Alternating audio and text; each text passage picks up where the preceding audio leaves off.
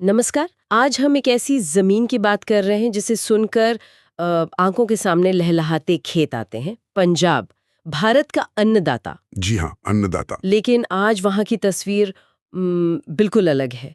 एक विनाशकारी बाढ़ ने इस उपजाऊ धरती को मतलब पूरी तरह से अपनी चपेट में ले लिया है। हाँ, ये बिल्कुल सही कहा आपने। और हमारे पास जो जानकारी है, जो स्रोत हैं, वो इस आपदा की गंभीरता, लोगों की पीड़ा, जो राहत कार्य चल रहे हैं और जो आने वाली चुनौतियां हैं, उसकी एक कह सकते हैं काफी विस्तृत तस्वीर पेश करते हैं। हाँ, ये स्रोत हमें उस जमीनी हकीकत से रूबरू कराते हैं जो अक्सर दूर बैठी लोगों तक नहीं पहुंच पाती। ये सिर्फ ऐसा नहीं कि पानी भर गया, ये एक पूरे समाज पर, एक पूरी अर्थव्यवस्था पर आई भारी विपदा है। जैसे भारी बारिश हुई, नदियां उफनी, कैसे गांवों को, खेतों को निगल लिया है। ये स्रोत हमें उसकी गहराई दिखाते हैं। तो आज इसी जानकारी के आधार पर हमारी कोशिश रहेगी कि हम इस आपदा के सही पैमाने को समझें, जानें कि वहाँ लोगों पर क्या बीत रही है, बिल्कुल। और देखें कि इस मुश्किल दौर में भी क्या कोई उम्मीद की किरण है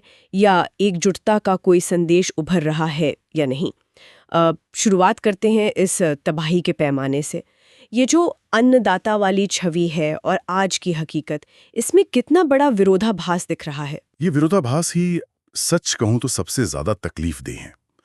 जहां कहते थे सोना उगता है, वहां आज सिर्फ पानी है और बर्बादी नजर आ रही है। स्रोत साहब बताते हैं कि मुख्य फसलें गेहूं, धान, मक्का वो या तो पानी के तेज बहाव में बह चुकी हैं या फिर खेतों में खड़े खड़े सड़ रही हैं। ये सिर्फ फसल का नुकसान नहीं है, ये उन लाखों किसानों की, आप सोचिए, साल भर की मेहनत, हाँ, पूरी मेहनत, उनकी आमदनी, उनके भविष्य पर सीधा प्रहार है। सोचिए, किसान के लिए अपनी आंखों के सामने अपनी मेहनत को यूं बर्बाद होते देखना कितना भयानक होगा। बिल्कुल, ये तो सीधे सीधे उनकी रोजी रोटी पर चोट है, और इसका असर सिर्फ इस साल की कमाई पर नहीं, शायद आने वाले कई मौसमों पर भी पड़ेगा, है ना? निश्चित रूप से लंबा असर पड़ेगा।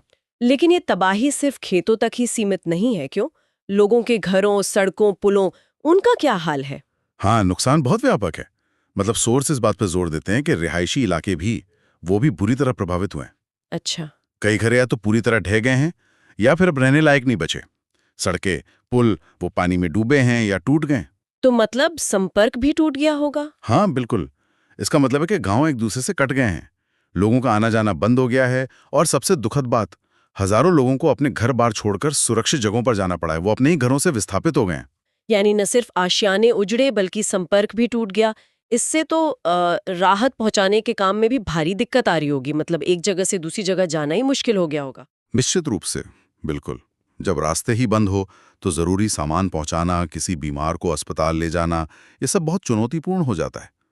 ये आपदा की एक और परत है कि नुकसान सिर्फ दिखने वाली चीजों का नहीं हुआ है, बल्कि पूरी व्यवस्था ही जैसे चरमरा गई है। सही बात है। लोगों का विस्थापन, ये अपने आप में एक बहुत बड़ी मानवीय त्रासदी है। इसका असर बहुत लंबे समय तक रहता है। ये सब सुनकर ही दिल बैठ जाता है। अब अगर हम सीधे तौर पर मानवीय प्रभाव की बात करें, जाहिर है किसान और पशुपालक सबसे बुरी तरह प्रभावित हुए होंगे। स्रोत उनके बारे में क्या बताते हैं? उनकी हालत वाकई बहुत दर्दनाक बताई गई है। किसानों की तो हमने बात की, उनकी पूरी आजीविका ही दांव पर लग गई है। जमीन कब दोबारा खेती लायक होगी, अगली फसल कब लगेगी, कुछ पता नहीं। अनिश्चितता। हाँ, और पशुपालकों की स्थिति भी कुछ कम गंभीर नहीं है। उनका तो सब कुछ उनके जानवर ही होते हैं ना। हाँ, पशुधन का नुकसान, ये भी एक बड़ा पहलू है। अक्सर इसकी चर्चा शायद कम होती है, पर ये ग्रामीण अर्थव्यवस्था और लोगों के जीवन का कितना अहम हिस्सा है। बिल्कुल सही कहा आपने। स्रोत बताते हैं कि बड़ी संख्या में मवेशी या तो बाढ़ के पानी में बह गए जी। या फिर बाद में चारे और दवाइयों की कमी के कारण मर गए। ओह, चारे और दवा की कमी से। जी, ये सिर्फ आर्थिक नुकसान नहीं है। जैसा मैंने कहा, कई परिवारों के लिए ये जानवर उनके सदस्य जैसे होते हैं। सदस्य जैसे उनका जाना एक भावनात्मक आघात भी है। हाँ, बिल्कुल। और जो जानवर बच गए हैं, उनके लिए चारा जुटाना, उन्हें बीमारियों से बचाना, ये भी एक बड़ी चुनौती बनी हुई है। और वो लोग जो अपने घर छोड़कर राहत शिविरों में हैं या कहीं और पनाह लिए हुए हैं, उनकी क्या स्थिति है? क्या उन्हें जरूरी सुविधाएं मिल पा रही हैं? यहाँ भी तस्वीर बहुत अच्छी नहीं है। स्रोत खासतौर पर राहत शिविरों की मुश्किल परिस्थितियों का जिक्र करते हैं। कई जगहों पर पर्याप्त इंतजाम नहीं है। अच्छा, बताया गया है कि महिलाओं और बच्चों को कई बार खुले आसमान के नीचे या फिर अस्थायी तिरपालों में रातें गुजारनी पड़ रही हैं। खुले आसमान के नीचे। हाँ, पीने के साफ पानी और पर्याप्त भोजन की कमी, ये भी एक आम समस्या है। और बुनियादी स्वच्छता का अभाव भी, वो भी चिंता का विषय है। यानी एक तरफ घर छूटने का दर्द और दूसरी तरफ राहत की जगह पर भी इतनी मुश्किलें। ये तो दोहरी मार हो गई। हाँ, बिल्कुल। अपने टूटे हुए घर, बर्बाद फसलें और फिर ये हालात, इस भावनात्मक बोझ का अंदाजा लगाना भी मुश्किल ये है। भावनात्मक बोझ शायद सबसे भारी है। स्रोत इस मानसिक पीड़ा की ओर इशारा करते हैं। जब इंसान अपनी जिंदगी भर की कमाई, अपने सपनों को अपनी आंखों के सामने मिट्टी में मिलते देखता है, तो उसका हौसला टूट जाता है। जाहिर है। घर का मलबा देखना, खेत में सड़ती फसल की गंध महसूस करना, ये घाव बहुत गहरे होते हैं और इन्हें भरने में बहुत वक्त लगता है। ये सिर्फ इमारतें और फसलें दोबारा उगाने की चुनौती नहीं है, लोगों के टूटे हुए मन को जोड़ने की भी चुनौती है। इन बेहद कठिन हालात के बीच राहत और बचाव कार्यों की क्या स्थिति है? क्या प्रशासन और दूसरी एजेंसियां, क्या वो मदद के लिए पहुंच पा रही हैं? हाँ, देखिए, राहत कार्य चल रहे हैं, ऐसा स्रोत बताते हैं। सरकारी मशीनरी, जो स्थानीय प्रशासन है, वो अपने स्तर पर सक्रिय हैं। इसमें एक अहम भूमिका एनडीआरएफ की टीमों की है। हाँ, एनडीआरएफ, राष्ट्रीय आपदा प्रतिक्रिया बल। जी, ये वो विशेष रूप से प्रशिक्षित जवान होते हैं जो ऐसी आपदाओं में बचाव और राहत के लिए तैनात किए जाते हैं। जानकारी के मुताबिक ये टीमें नावों के जरिए उन इलाकों में पहुंच रही हैं जहां लोग फंसे हुए हैं और उन्हें सुरक्षित बाहर निकाल रही हैं। ये तो बहुत जरूरी काम है। और खाने पीने का सामान, दवाइयाँ, दूसरी जरूरी चीजें, क्या इनका वितरण हो पा रहा है? हाँ, स्रोत ये भी बताते हैं कि जरूरी राहत सामग्री, जैसे तैयार भोजन के पैकेट हैं, पीने का पानी, दवाइयाँ और तिरपाल वगैरह, वो प्रभावित लोगों तक पहुंचाए जा रहे हैं।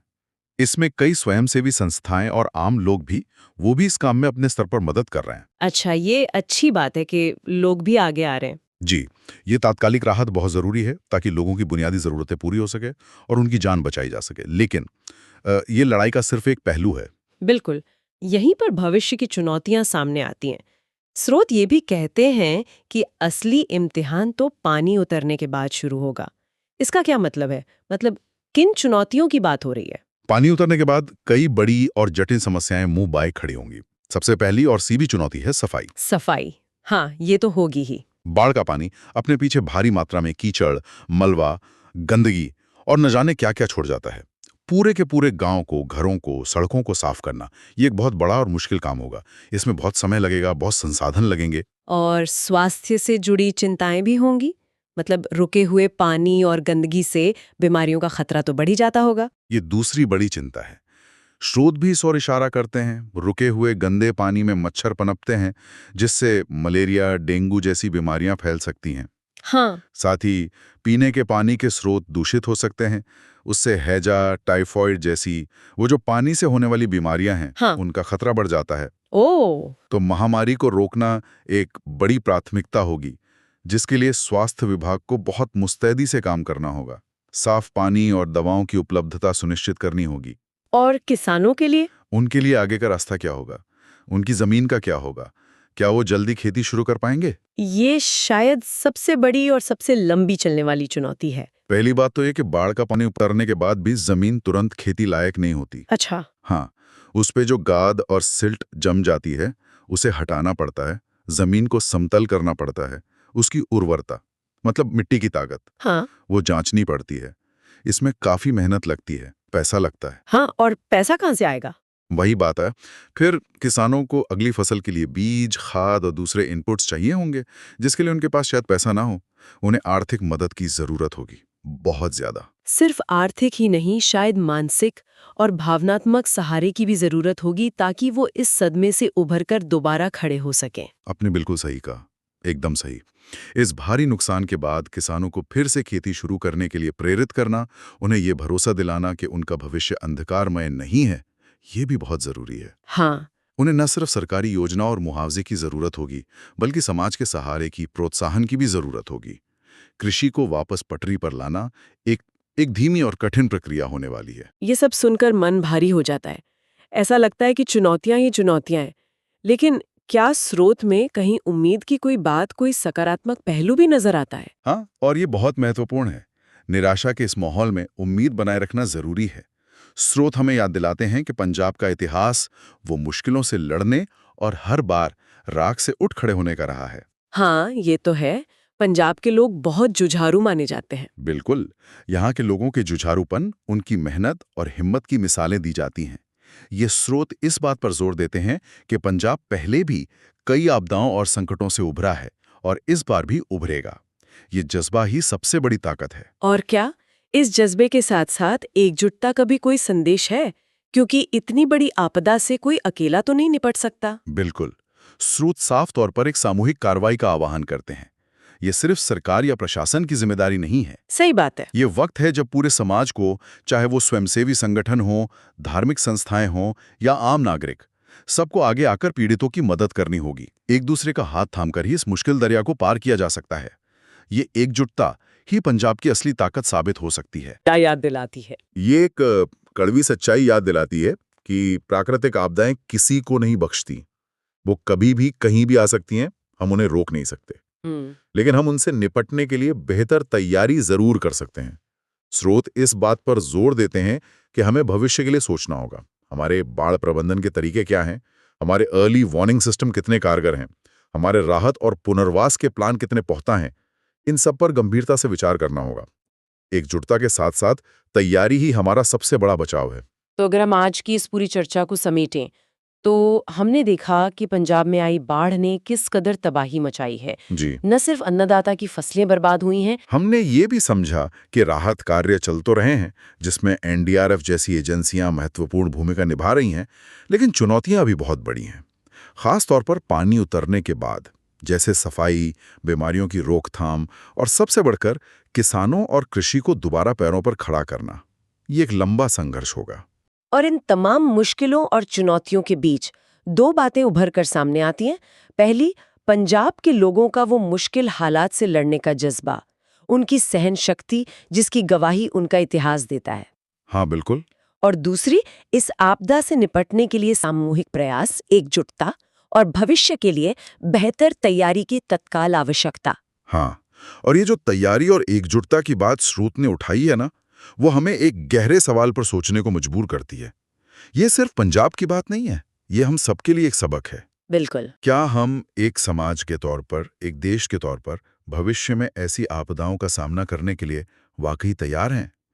हमारी सामुदायिक स्तर पर तैयारी कितनी पुख्ता है? कैसे हम संकट के समय में धर्म, जाति या किसी भी भेद से ऊपर उठकर सिर्फ इंसानियत के नाते एक दूसरे का संबल बन सकते हैं, जैसा कि इस श्रुत में भी संकेत दिया गया है।